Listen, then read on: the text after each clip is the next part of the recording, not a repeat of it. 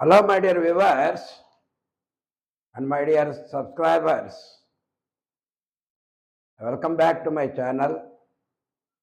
This is Channappa Muchala, retired teacher. So, I heartfully welcome you to my channel again.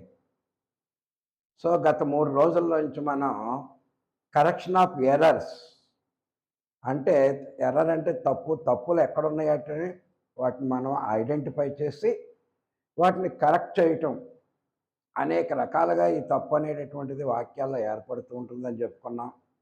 Capitals పెట్టకపోయినా, punctuation marks మనం ఉపయోగించకపోయినా, నౌన్లో తప్పు ఉండొచ్చు, singular ప్లూరల్లో తప్పు ఉండొచ్చు, verb adjective ఎందులోనో తప్పు ఉంటుంది.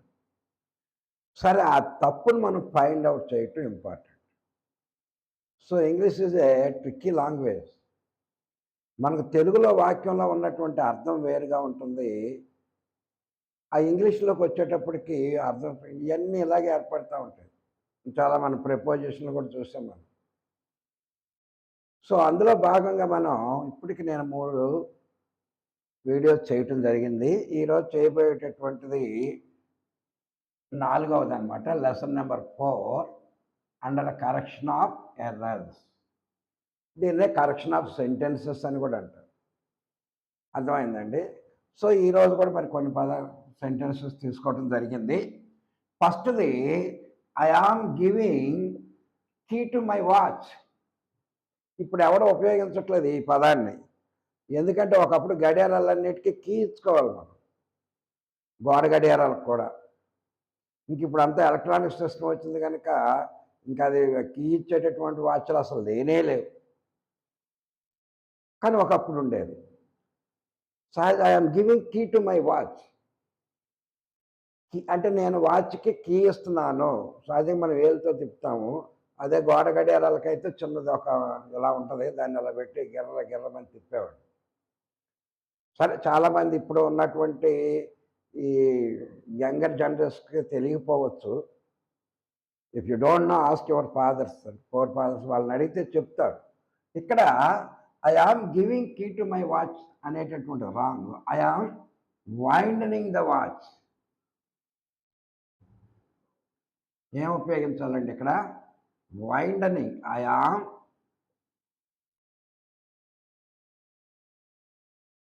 వైండనింగ్ మై వాచ్. ఈ వైండనింగ్ అనేటటువంటిది మీరు ఎక్కడైనా ఉంటారు. సహజంగా ఫ్యాన్ మనకు కాలిపోతుంది, దానికి రాగిది చుట్టేసి ఉంటుంది. వైండింగ్ అంటారు దాన్ని. అది కాలిపోయినప్పుడు మనం వాడి దగ్గర తీసుకెళ్తే దానికి ఒక లెక్క ఉంటుంది, ఆ చుట్టే ఆ వైర్ చుట్టడానికి కూడా. వైండనింగ్ అంటే చుట్టటం అనమాట. అంటే అక్కడ కీని చుట్టుతున్నాయి, అంతేగాని I am giving key to my watch ఇలాంటివి అనకూడదు. దానికి బదులుగా ఏమనాలి మనం? I am winding the watch.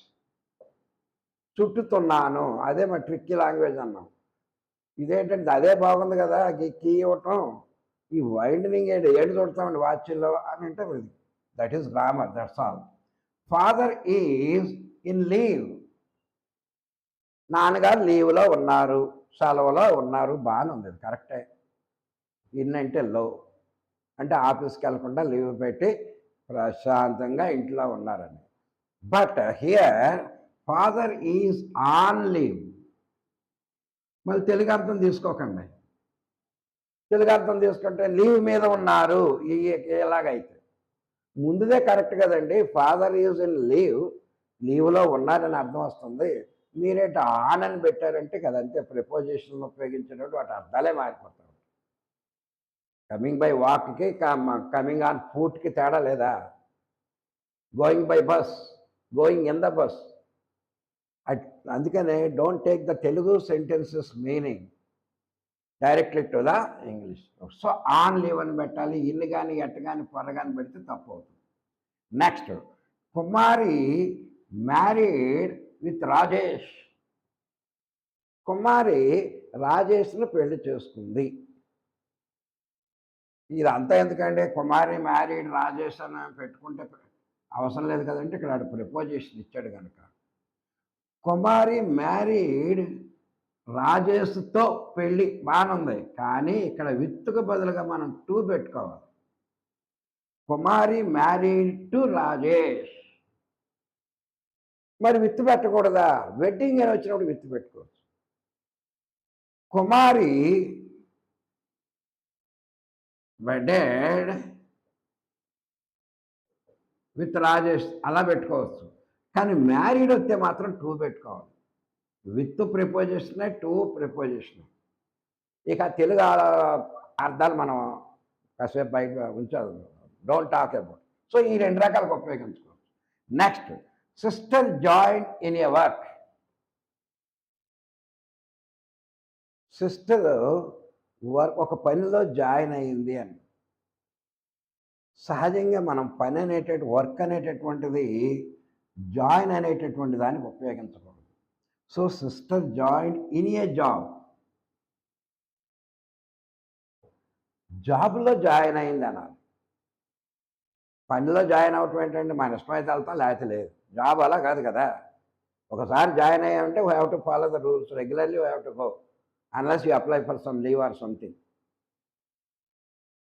ఇప్పుడు I join in a work, I join in a job, ఆ రెండింటికి ఉన్న తేడా చూడండి. చూసారండి, జాయిన్ అని వచ్చినప్పుడు ఎప్పుడు job. Next, don't be angry on food. Don't be angry, కోపముగా ఉండకు. యాంగ్రీ కోపము, డోంట్ ఉండకు, బీ అంటే ఉండుట, కోపముగా ఉండకు.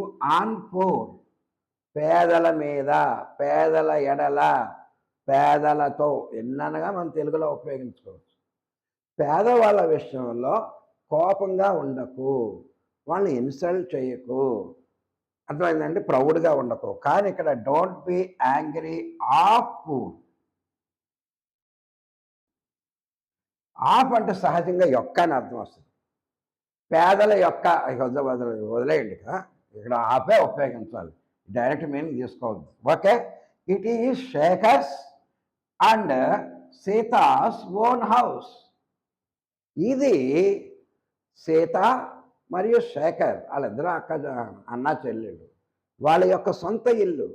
చూడండి, శేఖర్స్, ఇక్కడ అపాస్ట్రియస్ ఎస్ వచ్చింది, శేఖర్ యొక్క, అండ్ సీతాస్, సీత యొక్క ఓన్ హౌస్.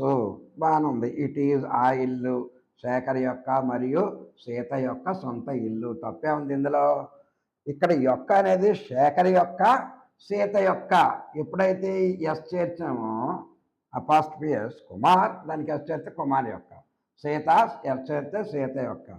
ఇక్కడ రెండింటికి అవసరం లేదండి యొక్క అనేటటువంటిది, ఇక్కడ తీసేయండి. It is Shekhar and సీతాస్.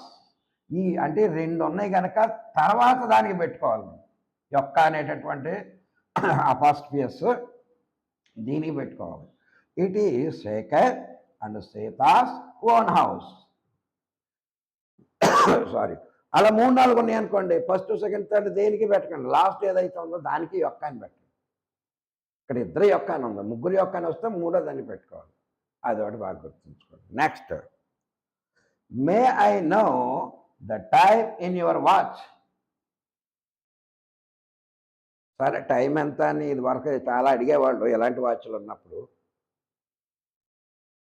చెప్తా ఉండేవాళ్ళు. ఈ రోజుల్లో టైం ఎవడు అడగట్లేదు, కానీ ఇంగ్లీష్లో ఉన్నాయి కనుక మనం మాట్లాడటమే. ఎందుకంటే సెల్ ఓపెన్ చేసే సెల్లో పైనే కనపడుతుంది టైము, ఎవరిని అడగవలసిన అవసరం ఏముంది. ఏంటంటే పెద్దవాళ్ళు వాళ్ళ అలవాట్లు మార్చుకోలేక ఏదో వాచ్ పెట్టుకునేది టైం తెలియజేయటం కోసం. ఆ సెల్ తీసి మళ్ళీ ఓపెన్ చేయటం వల్ల ఇలా చూడంగానే తెలిసిపోద్దని. ఇది వరకు అడిగేవాళ్ళు, సార్ మీకు టైం ఎంత అయిందండి, అంతేగాని నీ వాచ్లో టైం ఎంత అని ఎవడు అడగడు. ఇక్కడ అలాగుంది, ఏమన్నా చూడండి, ఇక్కడ మే ఐ నో, తెలుసుకోవచ్చా the time in your watch. నీ వాచ్లో టైం, నీ వాచ్లో టైం, ఎక్కడైనా టైం ఒకటే.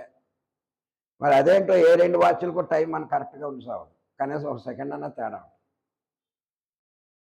సరే, మే I know the time in your watch. నీ యొక్క వాచ్లో ఇన్ను ఉపయోగించకూడదు,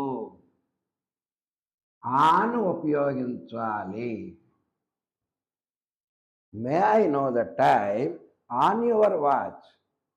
యొక్క వాచ్ అని అర్థం, కానీ అక్కడ ఆన్ ఉపయోగించుకోవాలన్నమాట. సరే ఇప్పుడు లేవు కదండి అంటే మరి ఇంగ్లీష్ గ్రామర్ ఎప్పటికైనా ఇప్పుడు లేదా దేనికో ఇది వాచ్ తీసేసి దేన్నైనా ఉపయోగించుకోవచ్చు కదా మనం. సో ఈ విధంగా ఇప్పుడు తీసుకున్నవన్నీ కూడా బాగా అర్థమైంది కదా. I am winding the watch, I am giving key to my watch wrong. Father is in leave, in కాదు ఆన్ పెట్టుకోవాలి. కుమారి మ్యారీడ్, విత్ పెట్టుకోకూడదు, టు రాజేష్ అని పెట్టుకోవాలి. Kumari married to Rajesh. లేదండి నాకు విత్ అంటే ఇష్టం అంటే కుమారి వెడెడ్ విత్ పెట్టుకోండి. అలా అయినా కరెక్ట్ అవుతుంది, ఎలా అయినా కరెక్ట్ అవుతుంది. Okay. Next sister join in a work అని ఇచ్చాం మనం ఇక్కడే మనం జాబ్ అని రాస్తున్నాం. Next don't be angry with poor, on poor అని ఏ వచ్చినాయి కానీ మనం అవన్నీ తీసేసి ఆఫ్ పెట్టుకోవాలి. నెక్స్ట్ ఇట్ ఈజ్ శేఖర్స్, ఇక్కడ ఇది పెట్టాం. శేఖర్ యొక్క, సీత యొక్క సొంత ఇల్లు అని పెట్టాం. ఈడి యొక్క ఆడి యొక్క అవసరం ఉంటే చివరి ఎవరైతే ఉందో వాళ్ళ యొక్క అంటే సరిపోతుంది. It is Shekhar and Sita's own house. May I know the time in your watch, ఇల్లు కాదు నైనా ఆన్ పెట్టుకోవాలనేటటువంటి రూలు ఉంది అని చెప్పుకోవటం జరిగింది. ఇలా మరి ఇంకొన్ని చూద్దాం. చూడండి మరికొన్ని సెంటెన్సెస్ తీసుకోవడం జరిగింది నేను అక్కడ ఈరోజు లెసన్ 4 కింద. I met him 3 years before. నేను మెట్ కలిశాను హిమ్ అతనిని 3 సంవత్సరాల ముందు, 3 సంవత్సరాల క్రితము. తప్పేముందండి అందులో? 3 సంవత్సరాల క్రితం కలిశాను, ఇప్పుడు వరకు కలవలేదు. బిఫోర్ న్యాయంగానే ఉంది పదం, కానీ ఎప్పుడైతే గతాన్ని తెలియజేస్తుందో అప్పుడు మనం ఎగో ఉపయోగించాలి. 3 years ఎగో, క్రితము, ముందు కాదు. 3 years బిఫోర్ కాదు, 3 సంవత్సరాల క్రితము. లాంగ్ ఎగో మన లెసన్స్లో ఉంటాయి కదా, లాంగ్ ఎగో, చాలా చాలా కాలం క్రితం. ఆ విధంగా ఇక్కడ ఎగో అనేటటువంటిది ఉపయోగించబడింది. అది బాగా గుర్తుంచుకోండి. Next he is sitting besides me. He అతడు, సిట్టింగ్ కూర్చుని ఉన్నాడు, బిసైడ్స్ మీ నా ప్రక్కన. తప్పేమీ లేదు. పక్కన కూర్చోవచ్చు, ముందు కూర్చోవచ్చు, వెనక కూర్చోవచ్చు, అలుసుగా ఉంటే నెత్తి మీద కూడా ఎక్కువ కూడా కూర్చోవచ్చు. కాకపోతే బిసైడ్ అంటే ప్రక్కన అని చెప్పటానికి మనం ఈ ఎస్ తీసేయాలండి. బిసైడ్ అంటే బై ద సైడ్ ఆఫ్, ప్రక్కన. My house is beside SBI. నా ఇల్లు ఎస్బీఐ ప్రక్కన ఉన్నది. Iraq is beside Iran. Iraq అలా చెప్పుకోవచ్చు. So he is sitting beside me అని. కానీ ఎప్పుడైతే ఎస్ చేరిందో నాట్ ఓన్లీ బట్ ఆల్సో వచ్చేది. అంటే అది కాకుండా ఇది కూడా అని. ఇక్కడ అది కాకుండా ఇది కూడా అంటానికి ఏమీ లేదు కదా. I what a car besides A bike అంటే నేను కారుతో పాటు బైక్ కూడా కొన్నాను అని అక్కడ అర్థం వచ్చింది. కనుక ఎస్ చేరటం అని చూసారు ఎంత, ఇక్కడ ఎస్ చేరకూడదన్నమాట. He is sitting beside me, correct. Next it was a kind of a hot day. ఇది ఈరోజు చాలా హాట్ డే, ఒక రకమైన ఇంతవరకు ఆ వేడి దినం అంటే ఆ ఉష్ణోగ్రత ఎక్కువగా ఉన్నటువంటిది రాలేదేమో అన్న భావంతో చెప్పబడినటువంటి కైండ్ ఆఫ్, వెరైటీ ఆఫ్ ఇలాంటివి వచ్చినప్పుడు ప్రేజ్ ప్రిపోజిషన్స్ పక్కన ఆర్టికల్ చేరకూడదండి. ఏ అనేది చేరకూడదు. ఏ కానీ, యాని కానీ, ది కానీ చేరకూడదు. So it was a kind of hot day, a variety of hybrid. అంటే హైబ్రిడ్ వెరైటీ, హైబ్రిడ్ అంటాం కదా మనం, ఏమంటాం తెలుగులో. ఆ విధంగా వెరైటీ ఆఫ్ ఇలాంటివి వచ్చినప్పుడు మనం ఆర్టికల్ తప్పనమాట. ఇక్కడ ఏ అనేటటువంటి దాన్ని మనం ఏనే కాదు, ఆర్టికల్ ఏదైనా సరే ఏఎన్డి ఏదైనా. Next the ATM machine is not working. ఎక్కువగా మన ఏటీఎంకి వెళ్తే నాట్ వర్కింగ్ అని వస్తుంది, sorry temporary out of service అని వస్తుంది, లేదా డబ్బులు లేవని వస్తుంది. సో ఏటీఎంని ఎప్పుడు కూడా ఇందులోనే మిషన్ అని ఉంది, ఆటోమేటిక్ టెల్లర్ మిషన్. మరి ఇక్కడ మిషన్ ఎందుకండి మళ్ళీ పెట్టడం? సో ఇది తీసేయాలి. The ATM is not working, ఎందుకంటే మిషన్ అందులోనే ఉంది కదా. అర్థమైందండి? ఏటీఎం మిషన్ నాట్ వర్కింగ్ అనకూడదు. ఏటీఎం అనే దాంట్లోనే మిషన్ ఉంది కనుక. Next, it is a blunder mistake. Mistake అంటే తప్పు. బ్లండర్ అంటే ఇంకా దానంత సహజంగా మనం మిస్టేక్లు చాలా చేస్తూ ఉంటాం. బ్లండర్ మిస్టేక్ అంటే దానివల్ల చాలా నష్టం జరిగేటటువంటి అవకాశం ఉన్నప్పుడు మాత్రమే బ్లండర్ ఉపయోగించాలి. సహజంగా మన రాజకీయాల్లో, మన ఫ్యామిలీలో, ఒక ఆటలో కానీ, స్టడీస్లో కానీ నిర్ణయం కానీ తీసుకుంటే దానివల్ల రిజల్ట్స్ బాగా వస్తే అది మంచి రిజల్టే. కానీ నువ్వు తీసుకున్నటువంటి నిర్ణయం దెబ్బ కొట్టి నిన్న అధంపాతాలకు కానీ తొక్కేస్తుంది అనుకోండి, that is a blunder mistake. సరిదిద్దుకోలేనంత తప్పు అని అర్థం. సో బ్లండర్ అనేది కొంపలు మునిగేటప్పుడు మాత్రమే ఉపయోగించాలి. It's a mistake, common mistake, సర్వసాధారణమైనటువంటి మిస్టేక్ అని, తప్పు అని అర్థం. సో ఈ బ్లండర్ మిస్టేక్లు మనం తీసుకున్నట్లయితే రాజకీయాలు వద్దులేండి. 1857లో 1857లో మనకి స్వాతంత్ర ఫస్ట్ ఇండిపెండెన్స్ వార్ జరిగింది. దాన్ని సిపాయి మ్యూటనీ అంటారు, సిపాయి తిరుగుబాటు అంటారు. అంతమంది లోకల్ రాజులందరూ కూడా ఏకమైతే అప్పుడు ఉన్నటువంటి బ్రిటిష్ సైన్యాన్ని ఓడించడం పెద్ద కష్టమేం కాదు. But the blunder mistake they have, మిగతా రాజుల తాంత్యా తోపే, ఝాన్సీ బాయ్, బహదూర్ షా, ఇలాంటి వాళ్ళందరూ వాళ్ళు తీసుకున్న నిర్ణయం ఏంటంటే, మీ ఏరియాలో రేపు చేయండి, మా ఏరియాలో అలాగా ఒకే రోజు కాకుండా వేరు వేరు దినాల్లో వాళ్ళు వారు చేయటం వలన బ్రిటిష్ వాళ్ళకు ఉన్నటువంటి ఆయుధాలు, రైల్వేలు, దీన్ని బట్టి చాలా ఈజీగా ఆ తిరుగుబాటుని, దట్ ఈస్ బ్లండర్ మిస్టేక్. అందరం ఒకేసారి దాడి చేద్దాం అన్నా అనుకోండి, గొడవ లేకపోయింది. సో ఇలాంటివి సరే సైన్స్ వదిలేసి ఇదేంటి ఇది ఇంగ్లీష్ వదిలేసి చెప్తాను అనుకోండి, సరే బ్లండర్ అనేది ఎక్కువగా ఉపయోగించకూడదు. ఎప్పుడో she is my cousin sister, ఇది మాత్రం చాలామంది చేసేస్తూ ఉంటారు. Is my cousin brother, she is my cousin sister. ఎప్పుడైనా సరే కజిన్, కజిన్ అనేటటువంటి పదం షీ ఈజ్ మై కజిన్, అంతేగాని సిస్టర్ అని అవసరం లేదు. ఎందుకంటే ఇక్కడ షీ ఉంది, ఆమె నా కజిన్ అంటే నా చిన్నాన్న కూతురో, పెదనాన్న కూతురో, మేనమామ కూతురో. ఈ కజిన్ అనేటటువంటి చాలాటికి ఉపయోగిస్తారు, అదే వచ్చిన బాధ ఇంగ్లీష్లో. ఆంటీ అంటాడు, ఈ ఆంటీని పిన్నికి ఆంటీ అంటారు, అత్తకి ఆంటీ అంటారు, పెద్దమ్మని ఆంటీ అంటారు. ఏ అందరికీ అదే ఉపయోగిస్తాం. అంకుల్ అంటే అందరికీ. మన తెలుగులో దేనికి దానికే ఉంది, చిన్నాన్న, పెదనాన్న, మేనమామ ఎలాగ ఉంది.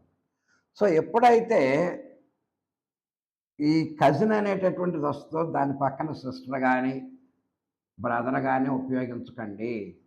మరి ఎలా తెలుస్తే ఇక్కడ పెట్టావు కదా, he is my cousin, she is my cousin అని పెట్టావు కదా.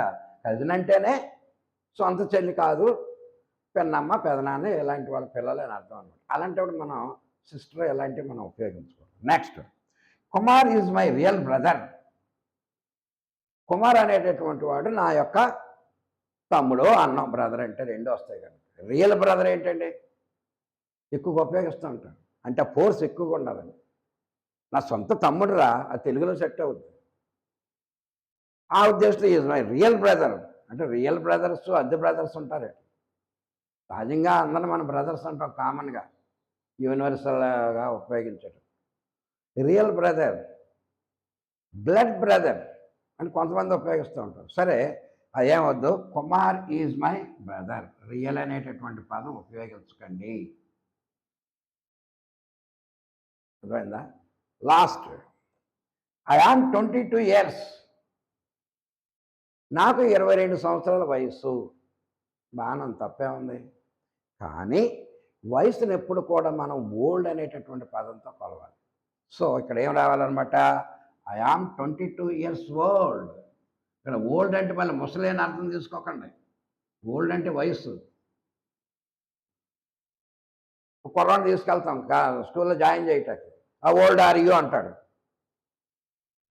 అది ఎంతండి అతని వయసు? ఆ ఓల్డ్ ఆర్ యూ, నీ ఎంత వయసు ఎంత అని మనం చెప్తాం. 6 ఇయర్స్ అండి, 7 ఇయర్స్ అని. అక్కడ ఓల్డ్ అంటే ముసలోడు అన్నాడని భావం కాదు అక్కడ.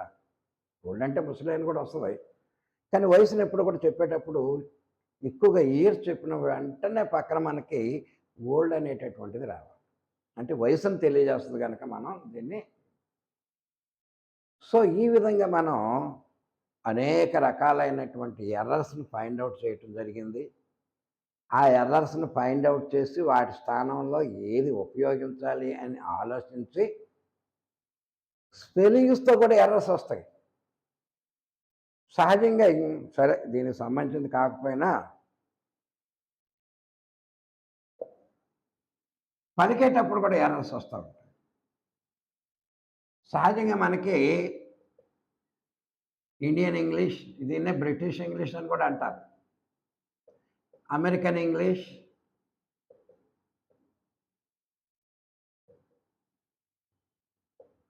ఎక్కువగా ఈ రెండింటికే తేడా వస్తుంది ఎప్పుడు కూడా పలికేటప్పుడు. సహజంగా బ్రిటిష్ ఇంగ్లీష్లో మనం కన్స్ట్రక్షన్ అంటాం.